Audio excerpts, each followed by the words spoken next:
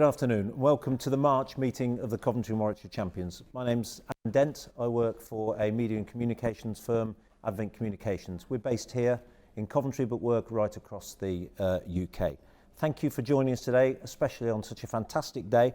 You're probably sitting with friends legally in the garden having some fizz watching us, so do please keep watching. In fact, if you have a bit more fizz, we might sound slightly better.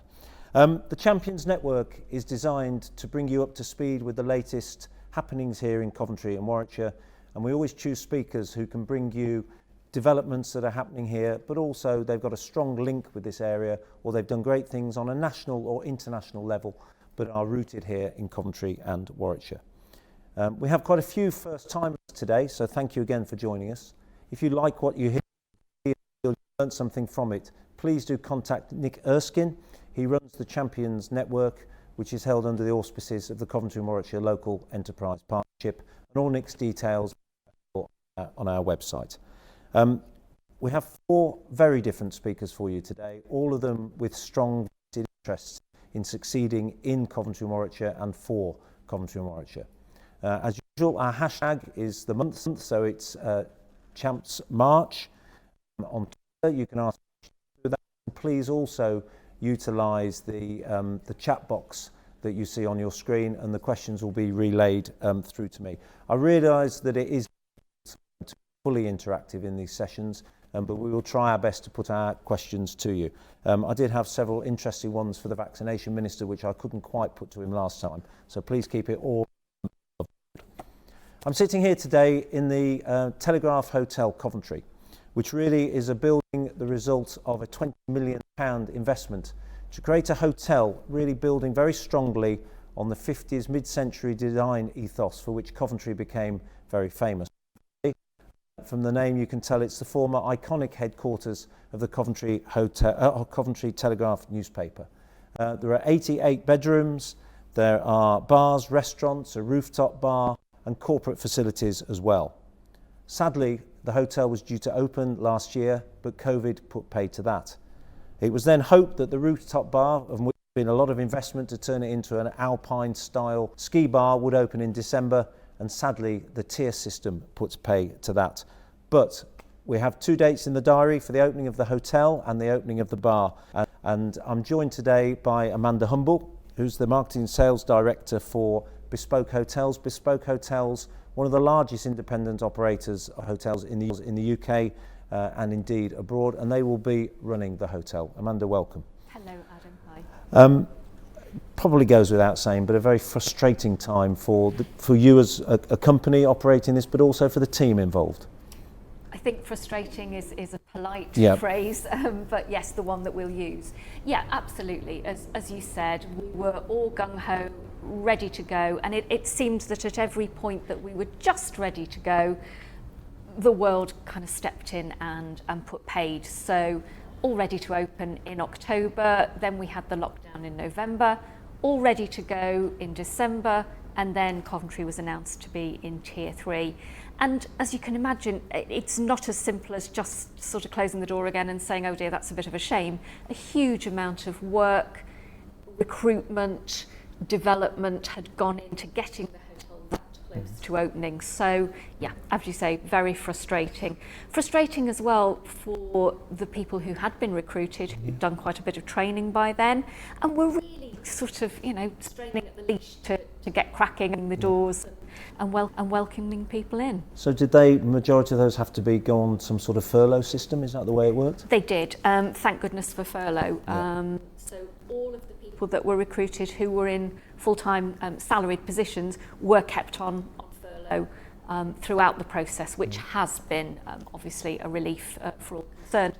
And it has allowed them to continue to do a little bit of training to keep their hand in, so that when we do eventually get to open the doors, all being well, 17th of May in terms of the hotel, and obviously 14th of April in terms of the bar, then they should be ready to go. And they can't wait. Difficult from a management point of view though, because I suppose you get everybody into a fervour of sort of launch excitement, and then they dip down, you've got to bring them back again. It is, absolutely, and hats off to Amy Windsor, the General Manager, and her team for keeping that level of momentum going. It's extremely hard to get to that crescendo and then to have to kind of dull it back down again. But the team are all very, very excited. They've got a fantastic product and they can't wait to show it off. To be fair, they just can't wait to open the doors and actually get the public.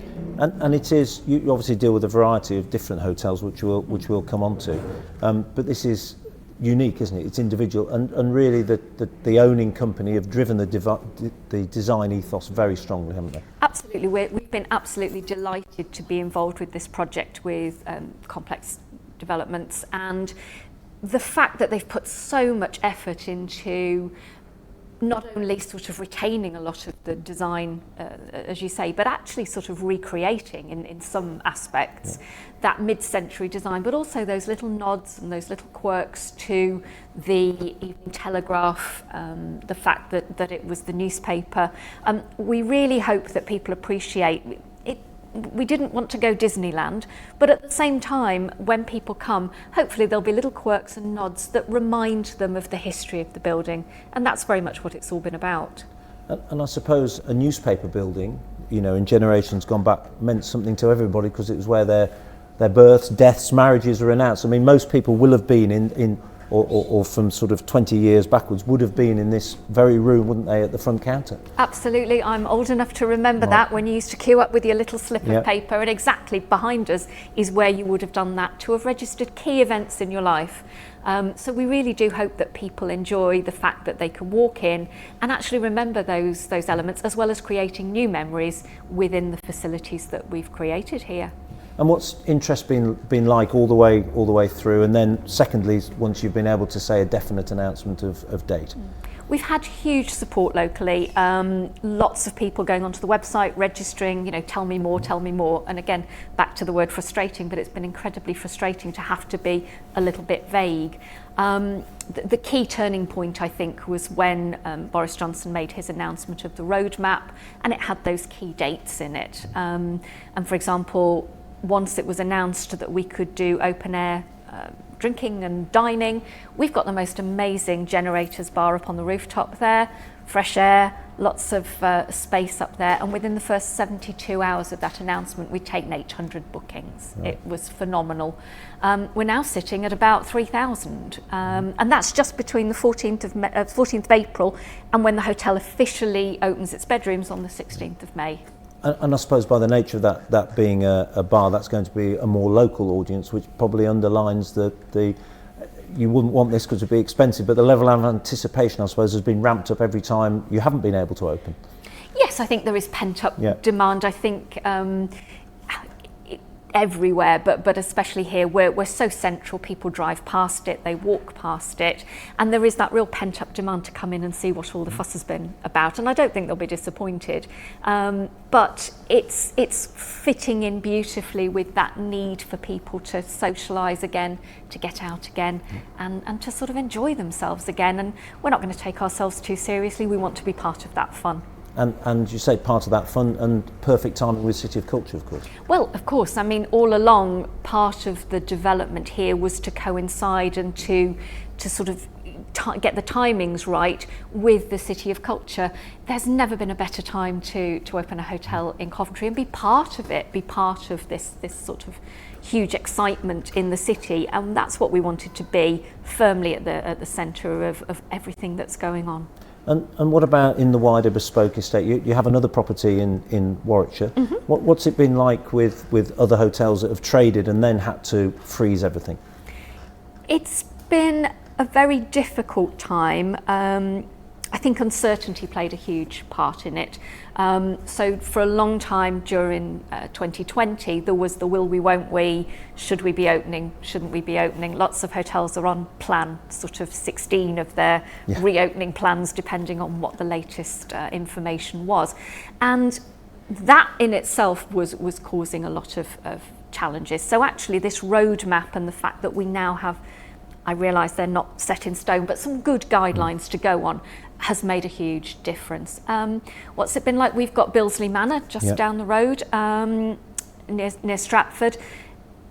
A lot of the hotels, and Billesley is a prime example, have taken the opportunity, once we knew that closing was on the cards, have taken the opportunity to do some refurbishment, finish off refurbishment, do some developments within the hotel, and Billsley is a great example of that. They finalised a refurbishment during the early part of lockdown, and again, can't wait to open properly and let people come in and see what's been happening. And have you got new openings as well as this one across the country? We've been busy.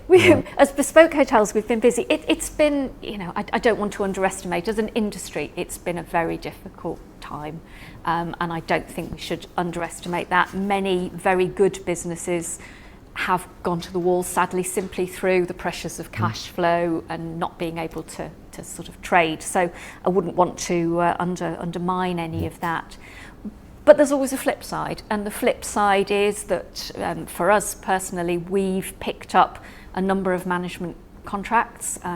We've taken on 39 new hotels for one portfolio, which are due to open in May. We've taken on some individual management contracts, one in Evesham, and we've been able to crack on with some of the new developments. So we've got a new hotel opening in London in September, and one on the cards for Leicester in 2022, spring 2022. And do you think the market will come back quickly, or do you think that will depend on location?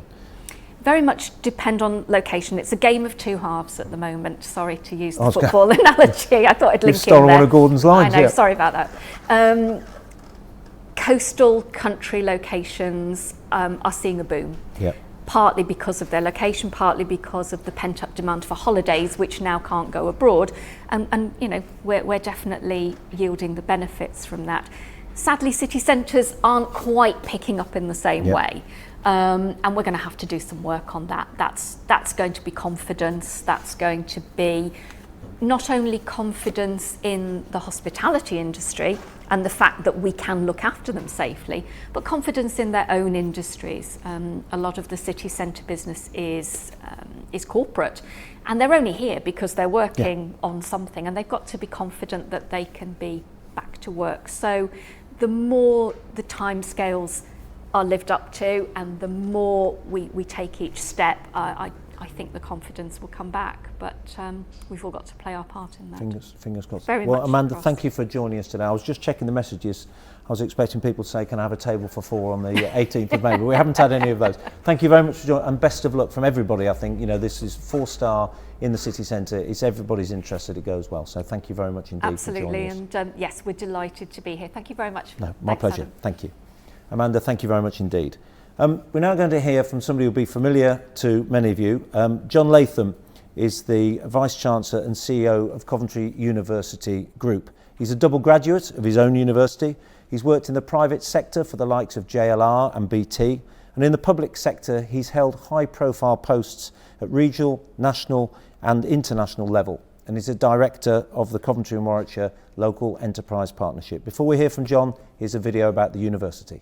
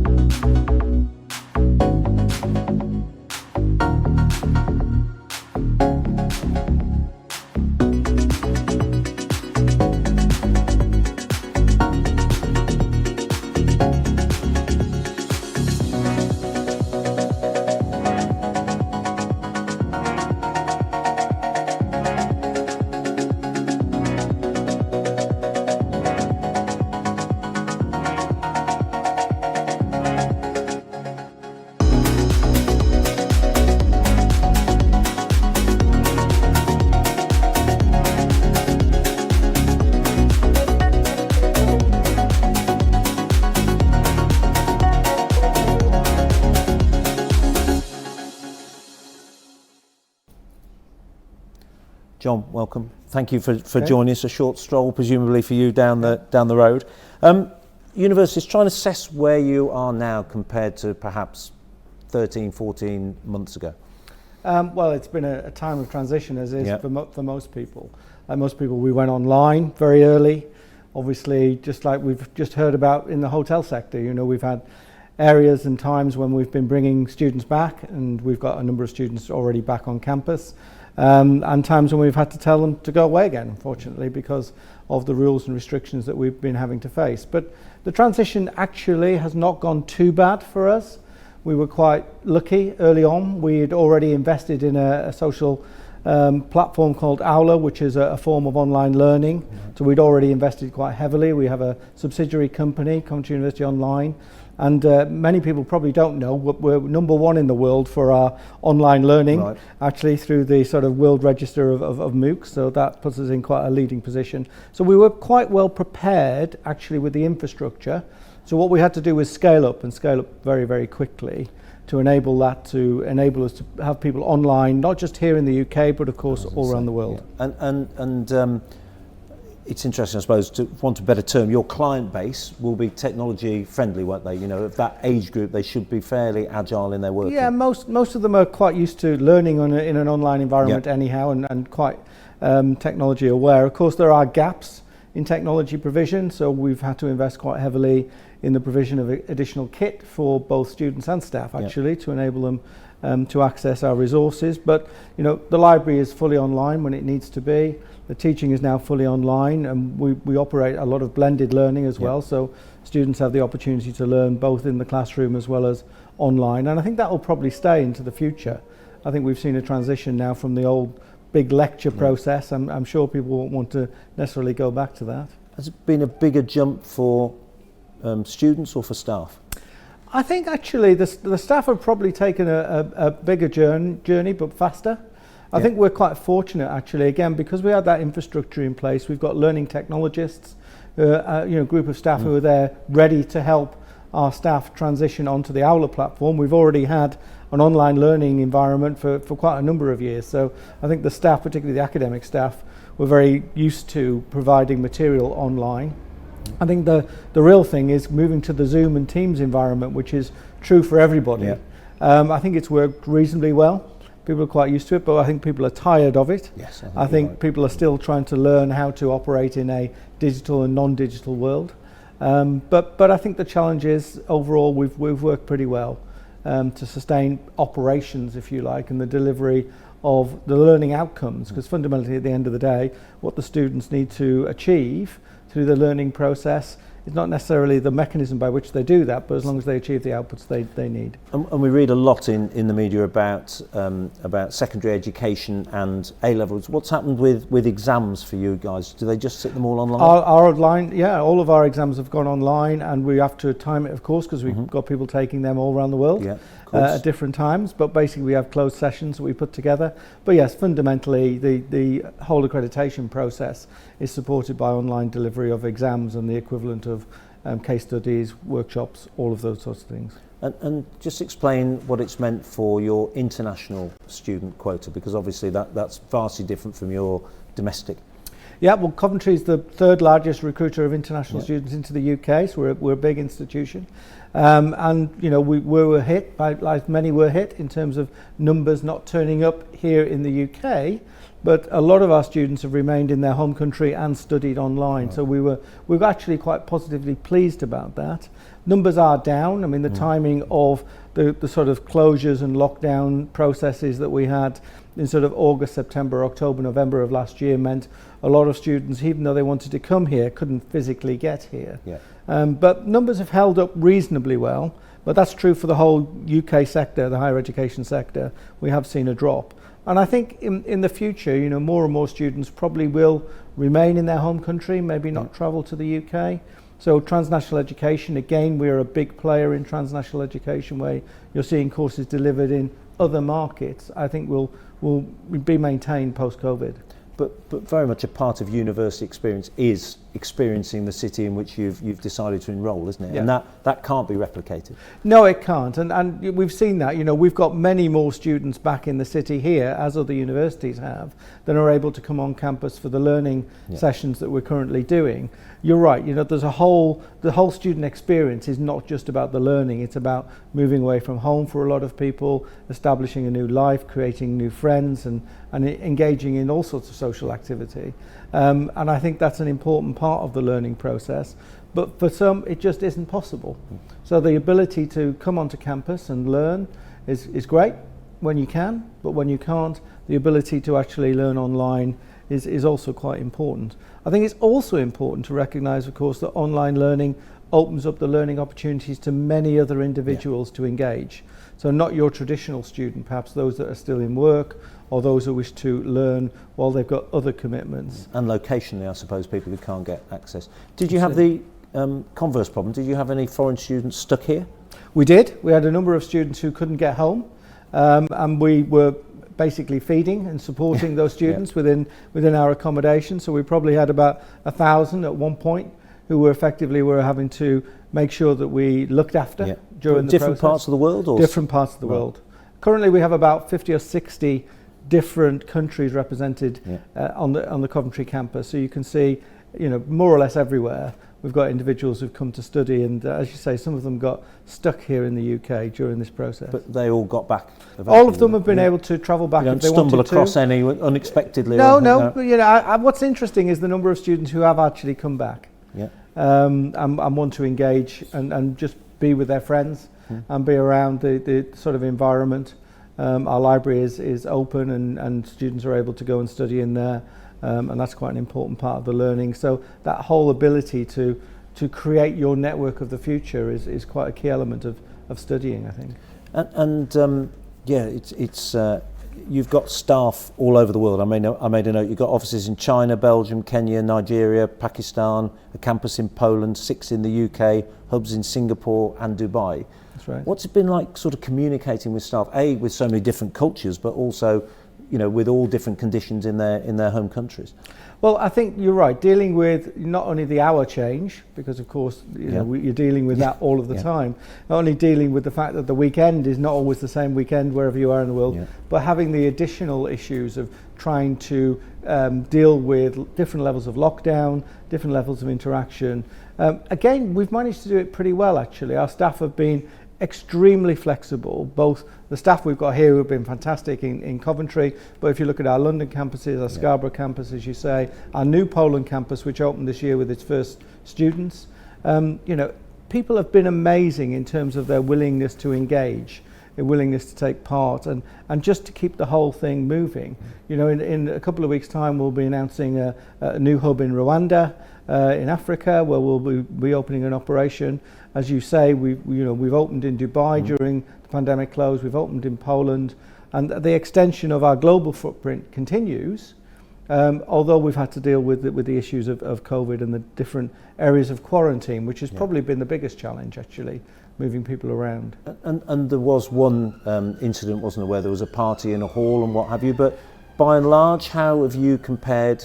I know you often compare to other universities in charts. Yeah. How have you fared in terms of student behaviour? Because you've got young people, haven't you? Yes, I mean, I think my displeasure was shown when it was evident. It was evident on certainly on Midlands Today, I think, when we did have it, and Coventry, as ever, first into the news. Not always what you want it to be, but I think actually we've done quite well. Universities overall have actually not had as many cases of COVID. So COVID secure campuses have worked right across the UK and in Coventry. The incidence of cases of COVID amongst both our students and our staff is significantly lower than in the general population. So actually we haven't suffered. I think that the inevitable thing is, of course, the news picks up on a story. And I think at the same time, I think in that same report, there was lots of students who were interviewed who were actually disgusted with the other students in terms of what they'd done in terms of breaking the rules and regulations. And I do think it's important to sort of recognise that perhaps where you've got one student or one individual who actually breaks the rules, you've got 10 who are absolutely shocked by that and actually working the other way. So if you look at the students, we've had tens and hundreds of students who have been working, our paramedic students and nurses who have been working on the front line, a lot of our staff who have been volunteering, the staff that we've had on campus, all of them working really hard to make sure we've got a safe environment for both our staff and our students. It's just a reflection of society, I suppose. It is a reflection of society. Did you have, I've asked CEOs on this event before, did you have that first fortnight when lockdown happened where you thought, what is going to happen here? I have no idea. I can't have trained for this. It's unprecedented. There were a lot of frightened business people. I think it's interesting. So I chair actually 3 audit committees for some national bodies that I sit on. All of them now have, of course, pandemics on their risk registers. They weren't necessarily on their risk registers before, because everybody probably was surprised by both the scale and the speed at which change was implemented, not just within their own organisation, which is what most people can deal with, but when it's the outside external environment that's impacted, that's when you really get tested. And how have you coped personally? How have you found it? I mean, I've had an amazing top team that's worked with me to keep this going, working long days, long nights, as all of the staff that we've had, you know, across the university group being engaged. And actually, I think that coming together as a team has made a huge difference to our ability to react. We think Coventry is a very agile university, very innovative in what it does, and we've seen a lot of innovation and a lot of agility. And I think I'm really proud of the way in which people have managed to do that, and it bolsters you every day. And have you been able, perversely, to crack on with some things that having an empty campus, having less people around, I'm thinking of development in particular, has allowed you to, you know, with construction not being frozen, to take advantage of that? Yeah, I mean, we've obviously got Starley Gardens, which is down by the Elephant, by Cock Street there, which will be opening in a few weeks. That will be a nice big open space for people to come and spend some time. We've been doing some refurb and refit. As you've heard, that the hotel sector has done the same. Obviously, we've been developing the Civic Centre site, so it can be an area for events for City of Culture, and that will be opening soon. And of course, talking with our partners in the City Council, the British Council and the Arts Council about the developments of IKEA and a cultural institute which will be going into there. So quite a lot of significant developments. And as I said, we're due to open in Rwanda in a few weeks, which will be quite a significant You won't be able to get there, presumably? No. But you don't need your to air get miles there, must have you decreased significantly. I haven't got any air miles. That's just the BP trick. points. That's right. So no, I think the whole development plan is on plan. We've slowed a few things down, as you can imagine, and the main thing at the moment is to rethink what workspace will look like. Of course. Yeah, we've had one question for you from Michael Mogan, just saying big year ahead with City of Culture, and I take it A, that's a draw for students, and B, the university can get something from that in terms of profile, if nothing else. Yeah, I mean, we're obviously one of the key partners, one of the principal partners in City of Culture, been very heavily involved, and that's why we're really pleased to have been able to develop the space where the Civic Centre buildings were, so we can have some big events delivered. And if you haven't been round by the Council House and seen what we've done there, I do encourage people to go and have a look, and that space will be available during the City of Culture year, but actually a little bit of time afterwards. And obviously the other thing we've been doing is working very closely with the University of Warwick around a number of projects to support particularly the creative industry. And Coventry Creates, for example, a joint project we've got with the University of Warwick looking at the development of some art projects. Could you sort of compare notes with Stuart Croft during all this? Is there a sort of, I wouldn't say a self-help group of big cheeses in the university world? I think the universities, vice-chancellors of the whole UK are much more collaborate than they've done before. But no, Stuart and I regularly talk about what things that we're doing. Both universities obviously are quite important and scalable employers within the city. A lot of things we do together to enable things to happen is quite important. And going back to the question you had about halls of residence, you know, a lot of the halls of residence in the city, the private ones in particular, have students from both universities in. And there's a lot of joint projects that we do through our research, which is quite key and important now. So lastly, long term, you know, if you're looking at a 5-year trajectory, how do you think in 5 years we'll look back on this, and will it have sort of just held you back for a certain amount of period? Will you recover, or will it just be different? I think it'll just be different, if I'm being honest. There will be a time of recovery, and one of the big things that we're doing now, particularly for businesses and industry and the city in general, is we're putting a very large programme on reskilling and regeneration, working with the LEP, working with the other partners in the city. How can we help now reskill people who might have been displaced through becoming made redundant during the process, but also looking at the new industries, particularly around clean energy, some of the cultures going on around electrification of the motor industry, for example. What does that mean? How can we prepare people to go into that space? And I take it we've said this before through the LEP and various other organisations. It is an area that works closely together in partnership, and I presume at this time that's going to be key for you. Yes, very much so. I mean, Coventry has always benefited actually from having a very close partnership amongst its key players. working together, and particularly around, if you look at the scale of regeneration the city's had over the last sort of 20 years in particular, that partnership is very, very strong. And I think both the LEP and the other partnerships that we have across the city bring a real benefit for us, and the opportunity for us to move quite quickly, really, to attract and have a lot of redevelopment work going on. And I think there'll be a lot of that in the next few months, sort of talked about, and then the next few years delivered. Brilliant. Well, John, onward and upward, and thank you very much for joining us. No problem. Thank you. That's Cheers. okay. Cheers. Thank you.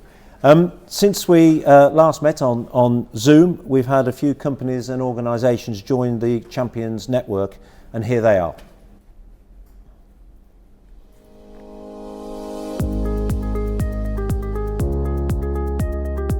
Hello, I'm Michael Mogan.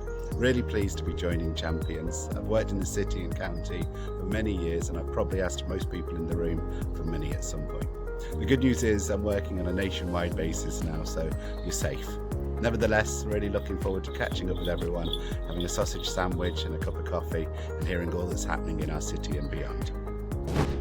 Yeah, hi. My name's Kevin Duffy. I am the Managing Director of a company called MPL Fabrications, which is based in the Alderman's Green Industrial Estate in Coventry. The business was founded some 36 years ago by my late father-in-law, and obviously specialises in fabrication and light sheet metal work. Last year, unfortunately, the previous person in my role passed away rather unexpectedly, so having taken early retirement, I decided to step up to the reins and become the Managing Director of the company. I'm pretty pleased and excited to be joining the Champions. I think it's something that offers a wide range of networking opportunities across what appears to be a diverse range of organisations. And in particular, it's exciting in this year of the City of Culture, and there seems to be so many exciting things happening in the City of Coventry. Hello everybody, my name is Martin Lindsay from Integrity Wealth Solutions. We're a firm of financial planners that operate in the Midlands area, with our head office being based in Nuneaton. What makes us different to a lot of other financial planning or financial advisory companies is that we've structured ourselves very similar to a law firm, where we have different specialists in different areas. Our typical clients are business owners, high net worth individuals, charities and trustees. And we operate in various different areas, such as retirement planning, where we can also operate in more specialist areas such as SASs, where we're looking at commercial property purchase through pension schemes or loan-back facilities. We have a big focus on inheritance tax planning, where we're looking to try and mitigate clients' inheritance tax liabilities through business relief and various other structures. Business protection for our business owners as well, to ensure that if a key person or a shareholder was to suffer an illness or worse, the business is well protected. And we provide investment advice to various different categories: individuals, corporates, charities and trustees. We've just recently joined Coventry and Warwickshire Champions to extend our network locally, and I look forward to meeting up with you all in person when we can. Thank you. Hi, I'm Carol Donnelly, the founding director of CJD Consultancy, which is Community Joined Up Development.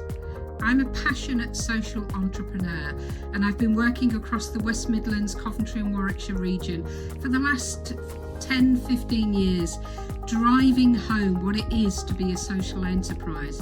My community-based business looks at helping those social enterprises, those community businesses, look at how to become more sustainable, look at how they can get funding into their organisation, and looking at how they can develop their strategic business plan with a really bespoke diagnostic tool that I've developed. I'm passionate about what we do within social enterprises and how we can deliver social value and how we can develop social investment to grow our social enterprises. I chose to rejoin the Champions because I passionately believe in what we do. Hello everyone, I'm Andrei Ferraro, the Managing Director of Ferraro Dynamics Limited, and today I'm joining you as a new member champion. Just a quick overview of what you can do with our technology. Most importantly, compliance to the HSE standards for hand-down vibration, giving alerts to operators in real time with the backhand alert system to prevent injury. You can also establish best practice guides based on exposure, grip force, and hand orientation. You can maintain your tools in good condition based on the data we collect. And you can plan your work based on real data gathered on workers' behavior. I'm joining Champions today to hopefully be part of the development in the West Midlands area, and hopefully I can meet and network with great people. Thank you.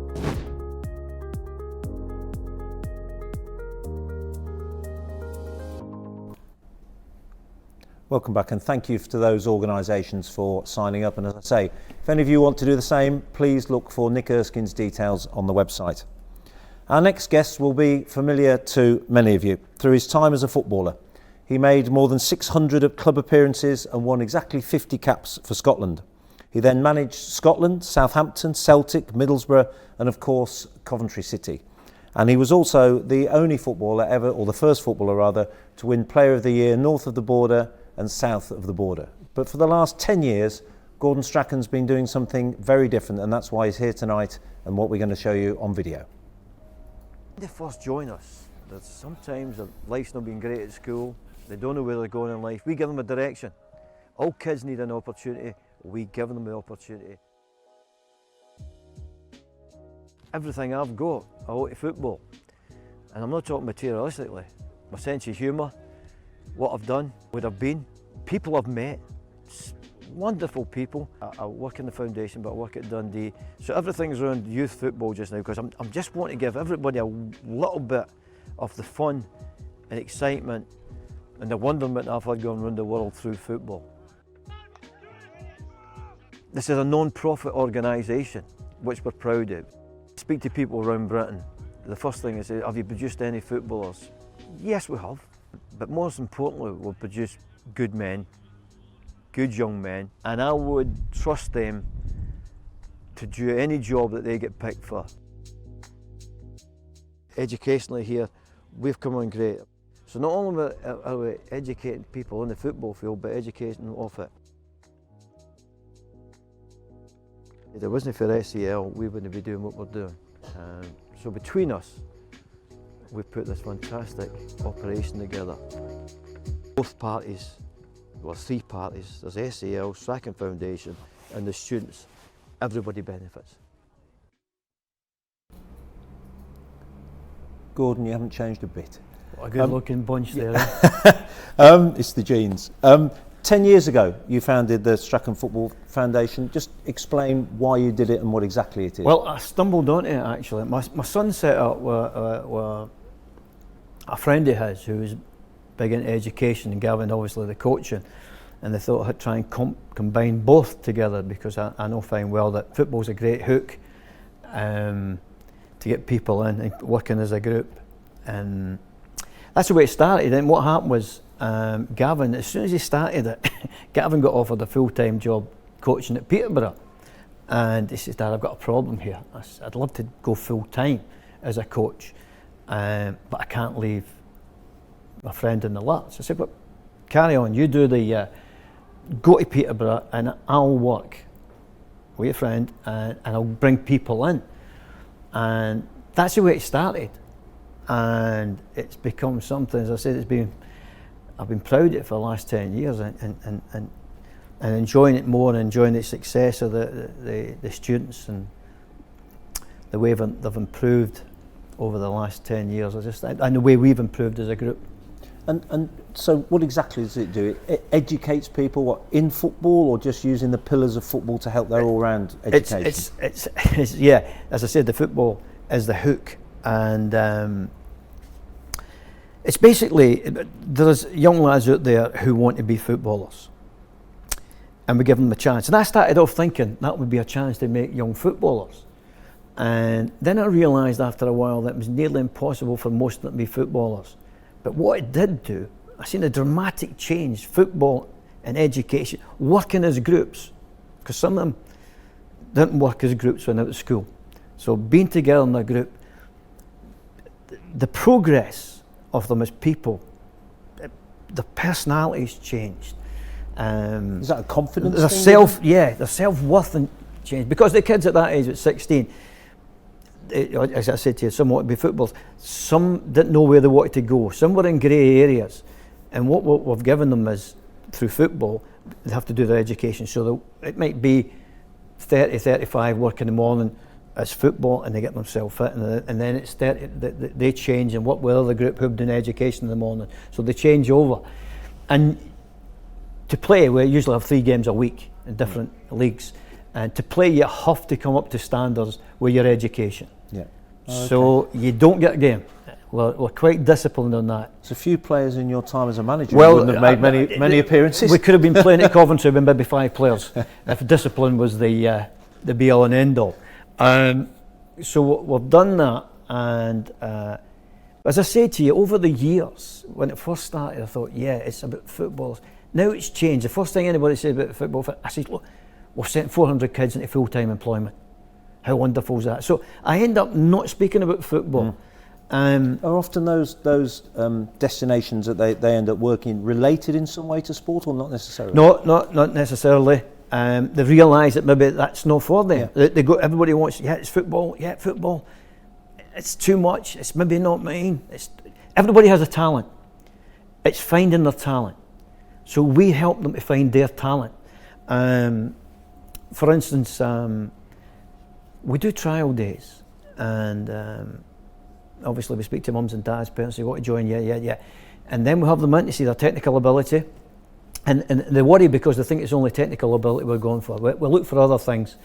I remember once this young lad who was out of shape, wanted to be a footballer, technically not bad, and put in this real demanding training session. And I watched him, there was other people in front of him, but he gave it the maximum. And when he finished, he collapsed. And he must have thought, because he went behind people, he must have thought, no chance. I said to the other coaches, we have to take him. Because of attitude. Attitude. Well. And what happened was, when there's guys like that who realise that football's not their main asset, then they want to be involved in football. Now it could be through journalism, sports science, sports analysis, journalism. But the young lad Sam, he decided that journalism was for him. So we had him working, doing the media side for us, and he's at Derby University. Right. Sorry if I'm smiling ironically, the idea of you encouraging people to go into be a journalist. I know that. Well, to be fair, there's room for great improvement in journalism, so that's why we're sending young men along there, hoping they can improve the standard. I did say to you, yes, I set the bar very low. I did say to somebody before, and the last time I think you were in this building, you were coming searching for me about something I'd written, but anyway, that's different. And do you work in association and collaboration with other institutes in the area, colleges, that sort of thing? Yeah, we've got all things going, but we providers provide us with the teachers. We provide the coaches, and we provide that in the football side. Yeah. But first of all, it's a non-profit organisation. Matter of fact, if you ask some of my friends, they'll realise it's definitely a non-profit organisation who have helped to numerous times. But as I said, I've really got sucked into it, and there's small things we want to make it different. For instance, we want to take them to Scotland to play pre-season. Now that's unheard of, this kind of level for these kids. But the education-wise, these guys are going to Edinburgh, Glasgow, and some of them have never seen a shoreline before in their life. Yeah. And they thought it was wonderful. So that improves them as people. But we've done a lot ourselves, you know. We really have done a lot ourselves. And our coaching staff have been magnificent. The teaching staff are absolutely tremendous. And our results over the last 10 years have been phenomenal. The people have been saying how well these kids have worked. And I've got to say, just watch them. I wish people could actually go and see these guys and girls with a girl working with us. We actually want more girls to come. To see them changing from these insecure people, not sure where they want to go, to how you doing, Mr. Strachan? How's Mrs. Strachan? Seen you at the football at the weekend. Your team weren't very good. Thanks, lads. That's very kind of you. But they grow, and I'm so proud of the work that everybody's done. The backing we've got from SCL, who provide the funds, they've been fantastic. And you're coming here today with some quite big news about the future. I just felt, and the directors felt that we needed to grow, because we're growing from 20 people into 60 odd, 70 people, and we only had the one. You know, with the facilities were cramping, especially on the training field, where we wanted to go with the players and learn them more, but more so for the coaches' sake, I felt they had to evolve rather than only training in certain areas. Matter of fact, one of our coaches, the excellent coach, Lewis, came through the programme as well. He'd done 2 years, he wanted to go on apprenticeship, and he's now one of the coaches. Excellent way with people, excellent lad. So so we had to, and also for the educational rooms, we have to build, and I feeling that the group directors, coaches, were just being a bit constrained. There's a bit constraint about how they could work. Now we've got to go to the Warwick University, and I've got to say, what a name that's to be linked with, and for parents and children to say, well, where do you do your work? Where do you do your football, your education? Warwick University. So when does that start? That will start the next school term, education term. So that'll be fantastic. We just gave them the news last night to the parents and the kids, and also I think being in rugby, there was a lot of kids in this area who wanted to join us, but it was quite hard to get there. I think this will open it up to more people, more students. Is it something you see yourself doing for a long time? I think it's a fantastic thing. I've been like this since I was a captain at Leeds. When I first realised that, I just used to sit back and watch people celebrate and winning things, and this is lovely. Watching people growing and achieving things. And it went on to coaching. When I first went to Coventry, then I was coaching elsewhere in management. There's this wonderful feeling looking back, think you've helped to get these people to another level, places some people didn't think they can go. So it's been through there all the time, and I found it again through the foundation. And some of the examples, we send kids going to American university, we've got scholarships for them, there's about 15 went in there. Universities going to be here, and I went to a game with my son once at Shrewsbury, and he said, "Dad, you recognise that lad taking the warm up for Shrewsbury?" I went, "No." He says, "He come through our system." So you can get into this wonderful life of football, the football, because you've been in it. It's a wonderful place to ply your trade, whether you're a journalist, sports analyst, sports science, footballer, coach. It is wonderful, and the more we can get into there, the better. But you still take the same pride as coaches and teachers at the foundation. We see a young man going into accountancy, it's something like that. But there was, and I take there's nothing like that when you were. Absolutely nothing. I read, is it right that your father turned down an opportunity for you to join a club because the footwear allowance wasn't large enough? Is that right? Well, there's a part of truth in that. The part of truth was my dad didn't like them. That's enough for me, just partial truth, by the way. Yeah, we know that. And it was something to do with I was a Hibs supporter, and I was joining Hibs, and the fact that my dad said, "Listen, we can't afford football boots," and I was promised football boots, but then they went, "No, we can't really give you whatever it was," and then there was a kind of discussion, and my dad fell out with the manager, so I moved on, and I had a real rough time at that point. I had to go to Dundee and stay in digs at 15 in a room on my own, really. Then so there wasn't the sort of framework nothing of like support, this now. Yeah, I'm trying to do the same thing at Dundee because I help out at Dundee. I'm hoping to take this up to Dundee because there's nothing worse than seeing kids at academies being released, and it really is devastating for them. Well, they've often been in there since they were 7 years old, something like that. Yeah. It's devastating. So we're trying to make it a bit easier and say, football is great, but it's not the be-all and end-all. You can still enjoy the football world. Now, whether it's we make them part-time footballers at Bedworth and things like that, and they're needing, but educate them at the same time, and you can get a real good lifestyle being part-time and having a real good job. So what we've done, and we've seen some great examples of young men coming along and improving. I mean, just beyond belief. Why have you stayed in this particular area? You know, managers don't often, when they finish in a certain area, stay. Why are you still?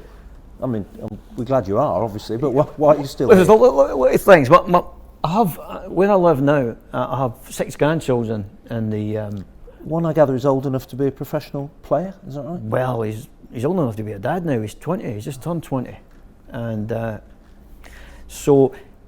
It's a wonderful, because once I left Coventry, I went to Southampton, bought a house in Southampton, then I moved on to Celtic, other places.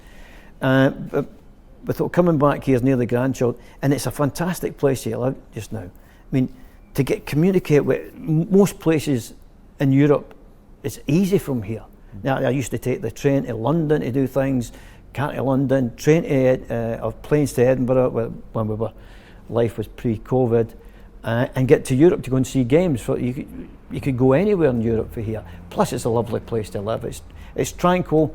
It's not like the hotbeds of madness I've actually plied my trade recently. So and obviously people are more relaxed with me now that I'm not the Coventry manager.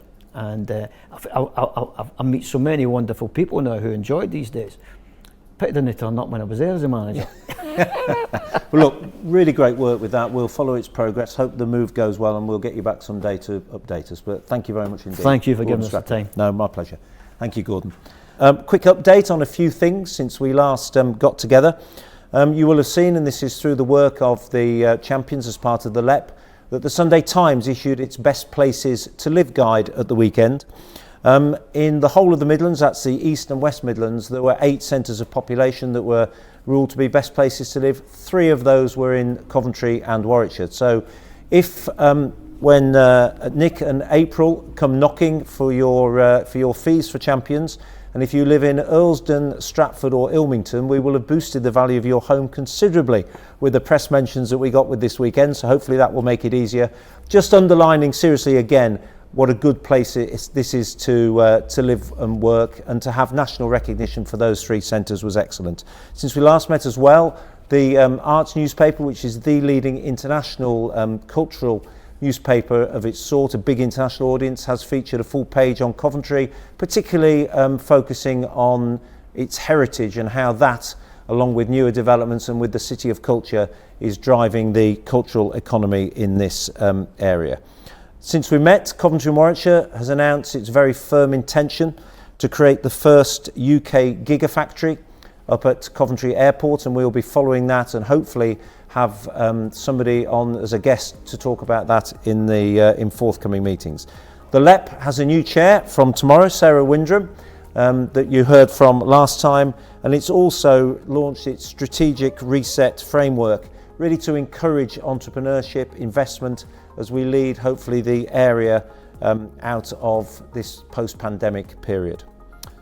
Coventry City returning to the RICO. We sadly didn't have time to ask Gordon that. Ready for next season. Good news for everybody. Congratulations as well to Louise Bennett, who is the CEO of the Coventry and Warwickshire Chamber and a friend obviously of champions and of many businesses in this area, who yesterday became the High Sheriff of the West Midlands. Motorfest becomes a monthly event. As you remember, Motorfest was an event born directly out of this Champions Network, and that's going to be stretched across 4 weekends in July and August, so we will bring you up to date with that at our next meeting. Our next meeting, which will also be a live stream, is on May the 5th, and will be coming from the Daimler Powerhouse, which is another development really thanks to City of Culture that has been the catalyst for that, and it's the home of an organisation, Imagineer, that you will know and has been developed by a champions company, the Wigley Group. So thank you again for the Telegraph Hotel for hosting. I'm sure we will hopefully meet at a bar here in the forthcoming months as spring moves into summer. Thank you for our speakers. Thank you for giving up your time on what's been a beautiful day. Still plenty of time to enjoy a drink with friends legally in the garden. And if you are doing that, please tell them something positive about Coventry and Warwickshire today. Thank you very much indeed.